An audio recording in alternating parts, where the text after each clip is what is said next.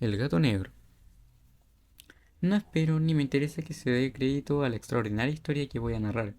Sin embargo, pienso que mañana puedo morir y quisiera aliviar hoy mi acongojado espíritu. Por eso deseo mostrar al mundo lo que en apariencia no es más que una serie de acontecimientos domésticos, y que no obstante por sus consecuencias me han aterrorizado y torturado. A pesar de todo, no trataré de esclarecerlos. Confieso que no me han producido otro sentimiento que el de horror, pero quizás a muchas personas le parecerán menos terribles. Tal vez más tarde haya una inteligencia que reduzca mi fantasía al estado del lugar común, y posiblemente esa inteligencia más serena, más lógica y menos excitable que la mía encontrará en las circunstancias que relato con terror una serie normal de causas y de efectos naturales. La docilidad y humildad de mi carácter sorprendieron desde mi infancia. Tan notable era la ternura de mi corazón que había hecho de mí el juguete de mis amigos. Sentía una auténtica pasión por los animales, y mis padres me permitieron poseer una gran variedad de ellos. Casi todo el tiempo lo pasaba con mis animalitos, y nunca me consideraba tan feliz como cuando les daba de comer o los acariciaba. Con los años aumentó esta particularidad de mi carácter, y cuando fui hombre hice de ella una de mis principales fuentes de alegría. Aquellos que han profesado afecto a un perro fiel no necesitarán explicaciones de la naturaleza o intensidad del bienestar que eso puede producir. En el amor desinteresado de un animal, en el sacrificio de sí mismo, hay algo que llega directamente al corazón, del que frecuentemente ha comprobado la amistad mezquina y la frágil fidelidad del hombre. Me casé joven y tuve la suerte de hallar en mi esposa una disposición semejante a la mía. Habiéndose dado cuenta de mi afecto por esas criaturas, no perdí ocasión para regalarme ejemplares de diversas especies. Tuvimos pájaros, un pez de color de oro, un magnífico perro, conejos, un mono pequeño y un gato. Este último animal era muy fuerte y hermoso, completamente negro, de una sagacidad maravillosa. Mi mujer, que en el fondo era algo supersticiosa, comentando su inteligencia, aludía a la antigua creencia popular que consideraba a los gatos negros como brujas disimuladas. Esto no significa que hablara totalmente en serio sobre este particular y lo consigno solo porque lo recuerdo. Plutón, así se llamaba el gato, era mi amigo predilecto. Únicamente yo le daba de comer y siempre me seguía por la casa. Incluso me costaba trabajo impedirle que me siguiera por las calles. Nuestra amistad subsistió algunos años, tiempo durante el cual mi carácter y mi temperamento, debo confesarlo, sufrieron una alteración funesta y radical. La causa fue el demonio de la intemperancia. Día a día me volví más taciturno, más irritable, más indiferente a los sentimientos ajenos. Llegué a emplear contra mi mujer un lenguaje brutal, y corriendo el tiempo la afligí incluso con violencias personales. Por cierto, los pobres animales notaron el cambio que se había producido en mí. No solamente no les hacía el menor caso, sino que los maltrataba.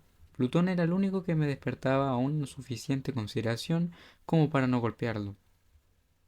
Por el contrario, no sentía ningún escrúpulo en castigar a los conejos y al mono y también al perro, cuando por casualidad o afecto se cruzaban en mi camino. La maldad iba apoderándose de mí cada vez más, como consecuencia de mis excesos alcohólicos. Andando el tiempo, el propio Plutón, que envejecía y naturalmente se ponía en tanto huraño, principió a conocer los efectos de mi perversidad. Una noche, al regresar a casa completamente ebrio, de vuelta de uno de mis frecuentes escondrijos del barrio, me pareció que el gato evitaba mi presencia.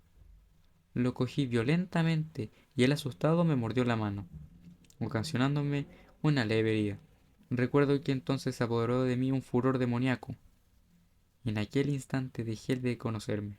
Podría decirse que de pronto mi alma había abandonado mi cuerpo y una riundad demoníaca se filtró en cada una de las fibras de mi ser. Del bolsillo de mi chaleco saqué un cortaplumas, lo abrí y atrapé al pobre animal por la garganta, y deliberadamente le vació un ojo. Me estremezco de vergüenza al evocar esta abominable atrocidad. Cuando al amanecer recuperé la razón y se me disiparon los vapores alcohólicos. Me sentía abrumado por una sensación mitad de horror y mitad de remordimiento por el crimen que había cometido. Pero no fue más que un sentimiento confuso y volví a sumirme en los excesos, ahogando en el ginebra todos los recuerdos de mi siniestra acción. El gato mejoró, entre tanto lentamente. La órbita del ojo perdido presentaba, por cierto, un aspecto espantoso. Sin embargo, él no parecía darse cuenta de ello. Según su costumbre, iba y venía por la casa, y como debí suponerlo, en cuanto yo me aproximaba, huía aterrorizado. Me quedaba aún algo de mi antiguo corazón, y me afligía esta antipatía manifiesta en un ser que tanto había amado anteriormente. Pero esta aflicción no tardó en ser desalojada por la ira. Para mi caída final e irrevocable brotó entonces el espíritu de la perversidad. Creo que la perversidad es uno de los impulsos más primitivos del ser humano, una de esas indivisibles facultades que rigen inicialmente el carácter del hombre. ¿Quién no se ha sorprendido cometiendo una acción necia o vil por la única razón de que sabía que no debía hacerla? No tenemos una constante inclinación, pese a lo excelente de nuestro juicio, a violar la ley simplemente porque comprendemos qué es la ley. Sí, ese espíritu de perversidad produjo mi ruina completa, el vivo e insondable deseo del alma de atormentarse a sí misma, de violentar su propia naturaleza, de hacer el mal por el amor al mal. Me impelía a prolongar el suplicio que había infligido a lo inofensivo animal.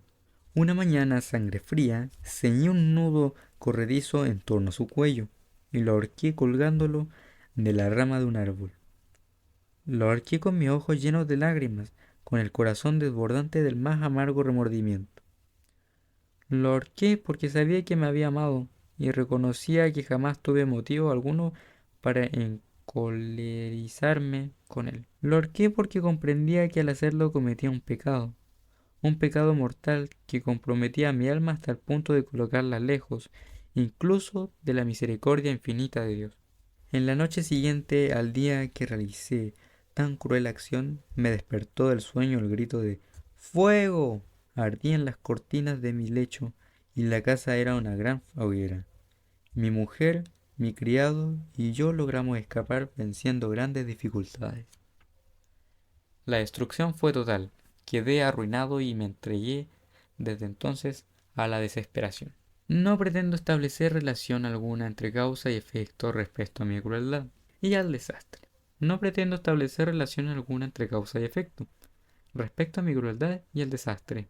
Estoy por encima de tal debilidad. No obstante, me limito a dar cuenta de una cadena de hechos y no quiero omitir el menor eslabón. Visité las ruinas un día después del incendio, excepto una. Todas las paredes se habían derrumbado. Esta excepción la constituía un delgado tabique interior, contra el cual se apoyaba la cabecera de mi lecho. Allí, la construcción había resistido en gran parte la acción del fuego, hecho que atribuí a que había sido reparada hacía poco. En torno a aquella pared se congregaba la multitud y numerosas personas la examinaban con gran atención. Excitaron mi curiosidad en las palabras extraño, singular y otras expresiones parecidas. Entonces me acerqué y vi semejante a un bajorrelieve esculpido sobre la blanca superficie la figura de un gigantesco gato.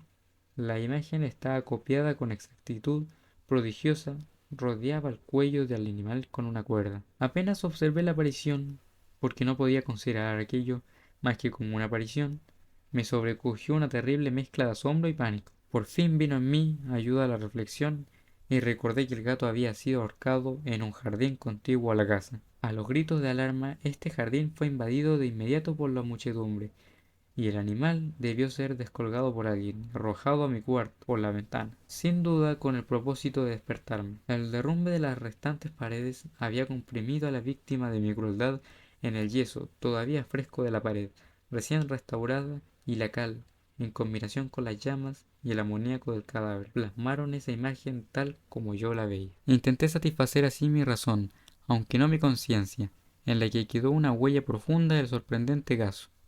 Durante varios meses no pude librarme del fantasma del gato. Nació en mi alma una especie de remedio de remordimiento. Llegué incluso a lamentar la pérdida del animal y a buscar en torno a mí en los miserables tujurios que frecuentaba otro felino parecido que pudiera sustituirle.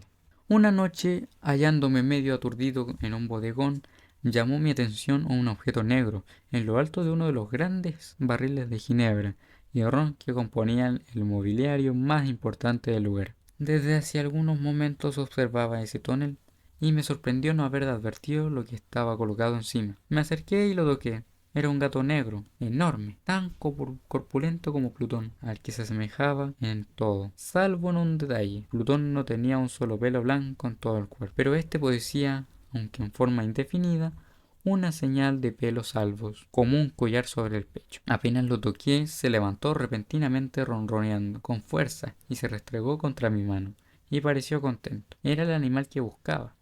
Me apresuré a hablar con el dueño y le propuse que me lo vendiera, pero él no manifestó interés alguno por el animal. No lo conocía, no lo había visto nunca. Seguía acariciándolo cuando me disponía a regresar a mi hogar. El gato se mostró dispuesto a ir conmigo. Se lo permití y caminamos hacia mi casa. Cuando llegamos se encontró como si fuera en la suya y se convirtió rápidamente en el mejor amigo de mi mujer. Sin embargo, muy pronto surgió en mí una inexplicable antipatía hacia él. Sucedía precisamente lo contrario de lo que yo había esperado. No sé cómo ni por qué ocurrió esto, pero su evidente ternura me enojaba y casi me fastidiaba. Poco a poco estos sentimientos de disgusto y fastidio fueron aumentando hasta convertirse en la amargura del odio. Principié a evitar su presencia.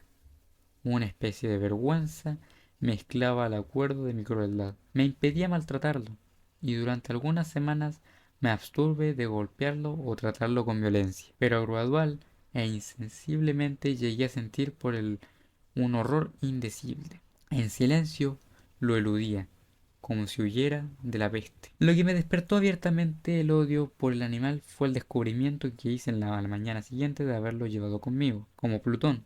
También este gato había sido privado de uno de sus ojos. Esta circunstancia, en cambio, contribuyó a hacerlo más grato a mi esposa, quien, como ya he dicho, poseía esta ternura que en otro tiempo fue mi rasgo característico y el manantial de agrados sencillos y puros. Pero el cariño que el gato me demostraba parecía crecer en razón directa a mi odio hacia él. Con tenacidad increíble seguía constantemente mis pasos y se ovillaba bajo mi sillón o soltando sobre mis rodillas. Me cubría con sus caricias espantosas. Si me levantaba se metía entre mis piernas y casi me derribaba, o bien trepaba por mis ropas, clavando sus largas y agudas garras en mi pecho. En esos instantes hubiera querido matarlo de un golpe, pero me lo impedía el recuerdo de mi primer crimen. No, pero lo que me detenía me apresuró a confesarlo. Era un verdadero terror al animal. Este miedo no era positivamente a un daño físico. Sin embargo, es difícil definirlo de otro modo, y casi me ruboriza aceptarlo. Aún en esta celda de malhechor, me avergüenza declarar que el pánico que me inspiraba ese gato se había acrecentado a causa de una de las fantasías más perfectas que es posible imaginar. No pocas veces mi mujer llamó mi atención respecto al carácter de la raya blanca en torno al cuello, que constituía la única diferencia perceptible entre este animal y aquel que yo había asesinado. Aunque grande, tuvo primitivamente, como ya lo he dicho, una forma indefinida, pero gradualmente pasando por diversas fases había adquirido una rigurosa nitidez de contornos. En ese momento era la imagen de un objeto que me hace temblar y me obliga a mirarlo como a un monstruo de horror y repugnancia. Era la imagen de una cosa abominable y siniestra, la horca, máquina de espanto y crimen, de muerte y agonía. Yo era entonces verdaderamente un miserable, una bestia brutal. ¡Ay! Ni de día ni de noche conocía ya la paz ni el descanso. Ni un solo instante durante cada jornada se alejaba de mí ese animal. A la hora de dormir, cuando salía de mis sueños llenos de inenarrable angustia, era tan solo para sentir el aliento tibio del gato en mi rostro y su enorme peso que parecía gravitar eternamente sobre mi corazón. Bajo tales tormentos sucumbió lo poco de mi bueno que quedaba en mí. Infames pensamientos se me hicieron íntimos. Las más sombrías, las más repugnantes ideas eran acariciadas por mi mente. La tristeza de mi humor se acrecentó hasta hacerme aborrecer todas las cosas y a la humanidad entera. Mi mujer, sin embargo, no se quejaba nunca. Era siempre mi paño de lágrimas. la más paciente víctima de las repentinas y frecuentes e indomables furias, a la que ciegamente me abandoné. Un día, por un quehacer doméstico, me acompañó al sótano del viejo edificio donde nuestra pobreza nos obligaba a vivir. Por los delgados peldaños de la escalera me seguía el gato, y cuando me hizo tropezar, me exasperó hasta la locura, apoderándome de un hacha y olvidando del espanto que había detenido hasta entonces mi mano, dirigí un golpe al animal. Habría sido mortal si lo hubiese alcanzado como quería, pero mi mujer me detuvo. Esta intervención me provocó una rabia endemoniada. Liberé mi brazo y sin pensarlo ni un segundo le hundí el hacha en el cráneo. Mi esposa cayó muerta instantáneamente, sin exhalar ni un gemido. Realizado el horrible asesinato, inmediata y resueltamente procuré esconder el cuerpo.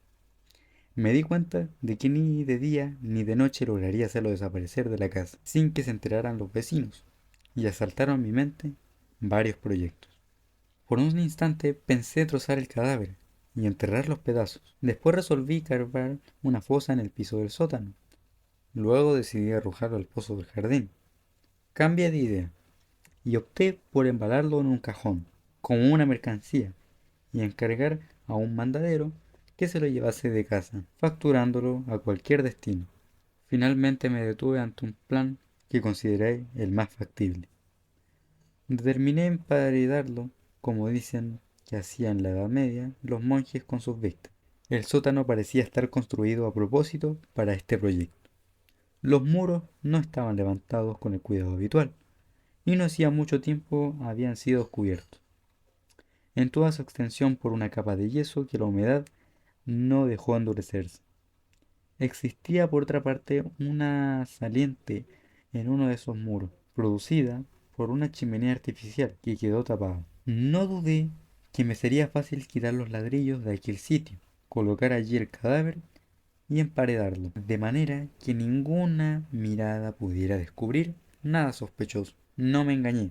En mis cálculos, ayudado por una palanca, separé sin mayor dificultad los ladrillos. Luego, coloqué el cuerpo contra la pared interior y lo sostuve en esa postura, hasta restablecer sin gran esfuerzo toda la estructura a su estado primitivo, tomando cuanta precaución es imaginable. Me procuré una argamasa de cal y arena. Preparé una mezcla que no podía distinguirse de la primitiva y cubrí cuidadosamente con ella el nuevo tabique. Cuando terminé, acepté que todo había resultado perfecto.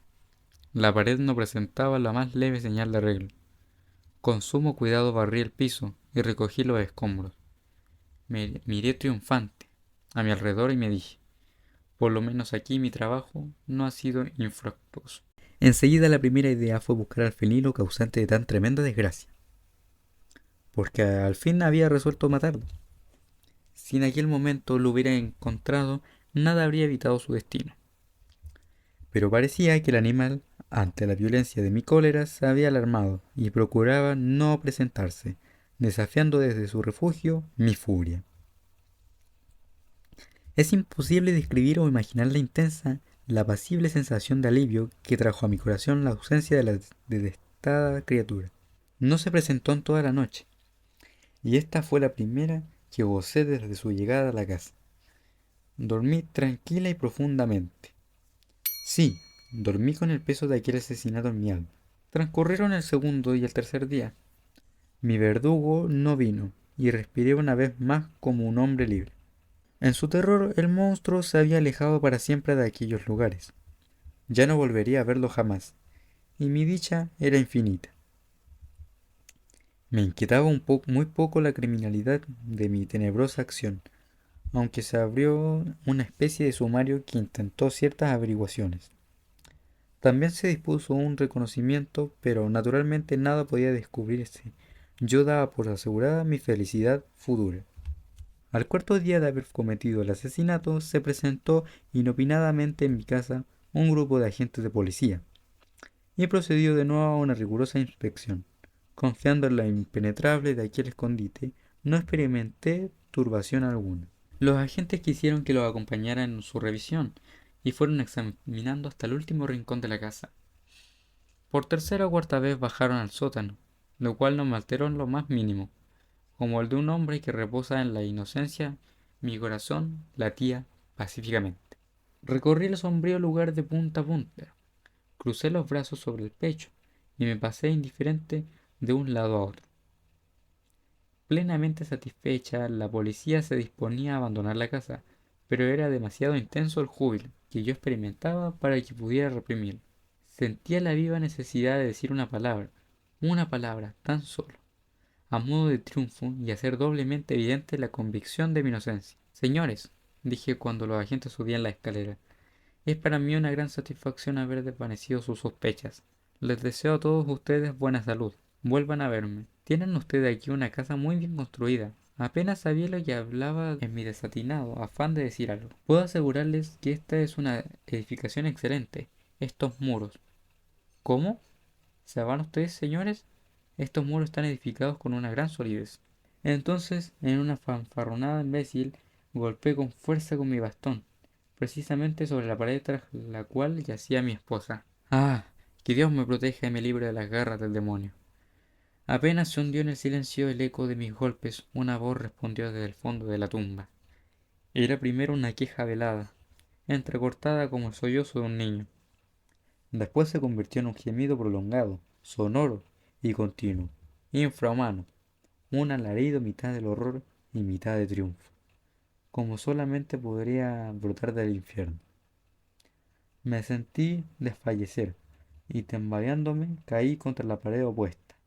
Los agentes se detuvieron un instante en los escalones. La sorpresa y el pavor los habían dejado atónitos. Un momento después, 12 brazos robustos derribaron la pared, que cayó a tierra de un golpe. El cadáver, muy desfigurado ya y cubierto de sangre coagulada, apareció rígido ante todos los presentes. Sobre su cabeza, con las rojas fauces dilatadas y llameando el único ojo, se poseaba el terrible animal cuya astucia me llevó al asesinato y cuyo aullido revelador me entregaba el verdugo. Había emparedado al monstruo en la tumba. Muchas gracias a todos por escuchar y quedarse aquí hasta el final del capítulo. Los espero en el siguiente video. Adiós.